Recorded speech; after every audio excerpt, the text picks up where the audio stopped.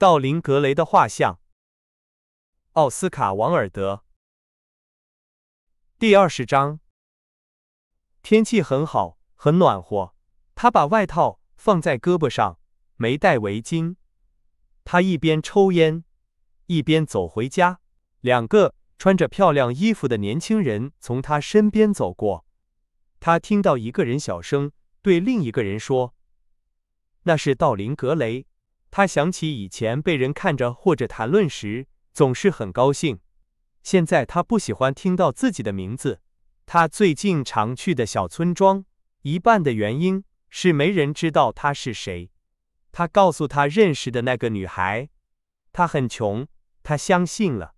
有一次，他對他說他很壞，他笑着說，壞人總是很醜很老的。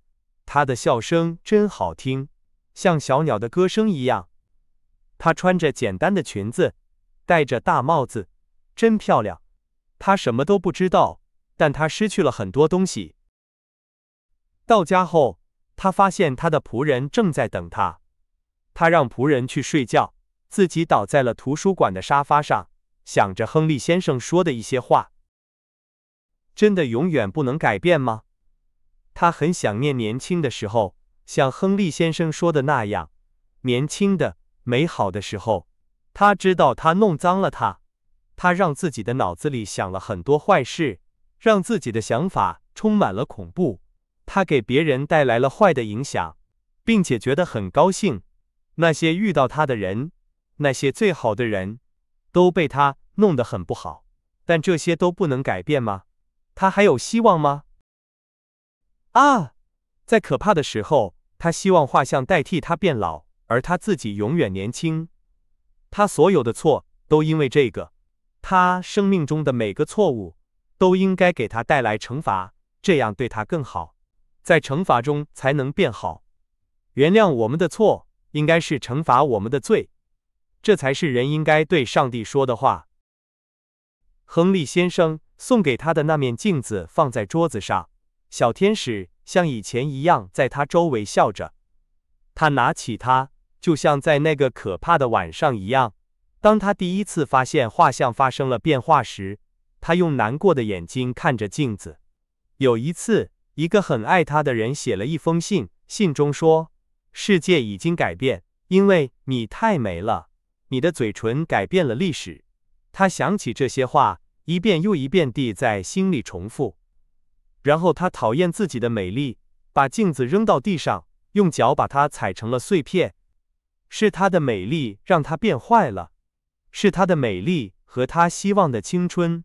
但有了這些，他的生活本來可以很好。美麗對他來說只是一張面具，青春只是一種玩笑。青春是什麼？一個不好的時候，一個充滿簡單感情和壞想法的時候。他為什麼要它？青春毀了他。最好不要想過去，沒有什麼可以改變它。他應該想想自己和他的未來。詹姆斯·維恩被埋在塞爾比公墓裡，沒有名字。艾倫·坎貝爾在一個晚上在他的實驗室裡自殺了，但他沒說他被迫做的秘密。關於巴茲爾·霍爾沃德不見了的事情，很快就會過去。他正在變小，他很安全。真正讓他難過的，不是巴茲爾·霍爾沃德死了，而是他自己的心裡很難受。巴茲爾畫了那幅毀了他一生的畫像，他不能原諒他，是那幅畫像造成了這一切。巴茲爾對他說了一些不好聽的話，但他忍住了。殺人只是突然的瘋狂。至於艾倫·坎貝爾，他是自己殺了自己的，那是他自己的選擇，和他沒關係。新的生活，這就是他需要的，這就是他希望的，肯定開始了。他救了一個人，他再也不會引誘別人了，他會變好的。想到海蒂·莫頓，他開始想，那個鎖着的房間裡的畫像是不是變了？肯定不會像以前那麼可怕了。也許如果他變好，他就可以讓那張臉上所有的壞東西都消失。也許壞東西已經消失了，他要去看看。他拿起桌子上的燈，下了樓。當他打開門時，他笑了。是的，他會變好的。可怕的東西不會再讓他害怕，他覺得自己輕鬆了。他靜靜地走了進去，像往常一樣關上門，然後把畫像上的簾子拉開。他大叫一聲，很痛苦。他沒有看到任何變化，只是眼睛裡現在有了一種壞壞的表情，嘴裡有一種假笑。畫像還是讓人討厭，如果可能的話，比以前更討厭，而手上的紅色變得更紅，更像新鮮的血。然後他開始害怕，難道只是因為他想讓自己看起來好，才做了那件好事嗎？還是像亨利先生說的那樣，他只是想體驗一種新的感覺？還是他只是在演戲？或者也許都有。為什麼紅色的東西會增加？它好像一種可怕的病一樣在手上蔓延。腳上有血，好像他在滴血。坦白？他應該坦白嗎？被抓起來？他笑了。他覺得這個想法很可笑。而且，即使他坦白了，有人會相信他嗎？被殺的人的身體不見了，他所有的東西都被毀了，他自己燒掉了剩下的東西，人們只會說他瘋了。如果他堅持說他的故事，他會被關起來。但是，他應該坦白，讓大家知道他做了壞事。有一位上帝希望人們說出自己的錯，只要他不承認自己的錯，他做的所有事都不能讓他變好。他的錯，他不知道。巴茲爾·霍爾沃德的死對他來說好像不重要。他想到了海蒂·莫頓，這是一面不好的鏡子，一面他用來看看自己內心的鏡子。虛榮、好奇、虛偽，在他的放棄中，只有這些嗎？還有別的東西？至少他是這麼認為的，但誰能肯定呢？不，沒有別的東西。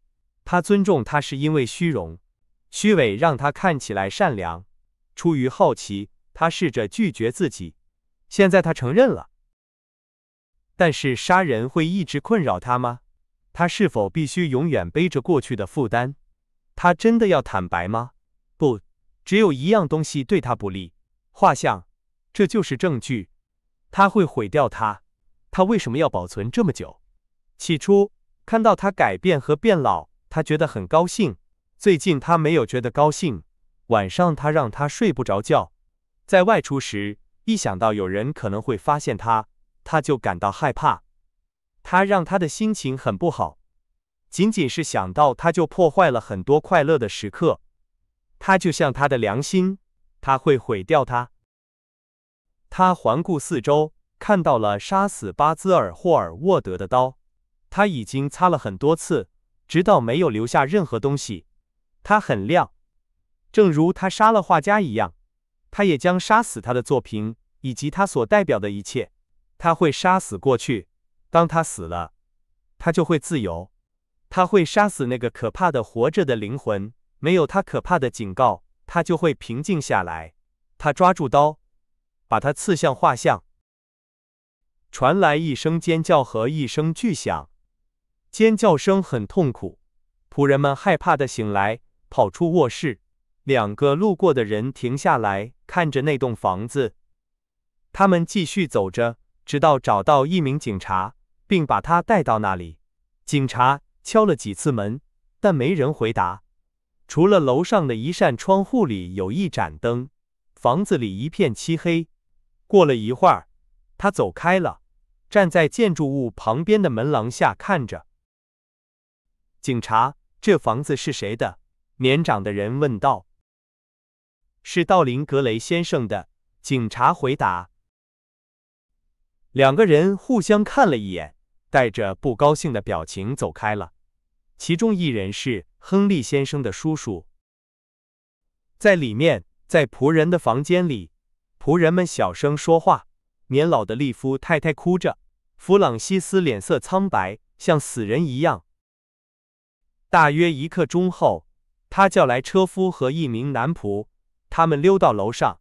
他們敲門，但沒人回答。他們大聲喊叫，一切都很安靜。最後，在試着打開門卻打不開之後，他們爬上屋頂，跳到陽台上。窗戶很容易打開，窗戶上的插銷已經很舊了。進去後，他們發現牆上掛着一幅美麗的畫像，畫的是他們的主人，就像他們最後一次見到他時一樣。在他的年輕和美麗中，地上躺着一個穿着漂亮衣服的男人，胸口插着一把刀，他的臉很老，有很多皺紋，讓人討厭。直到他們檢查了他戴的戒指，才認出他是誰。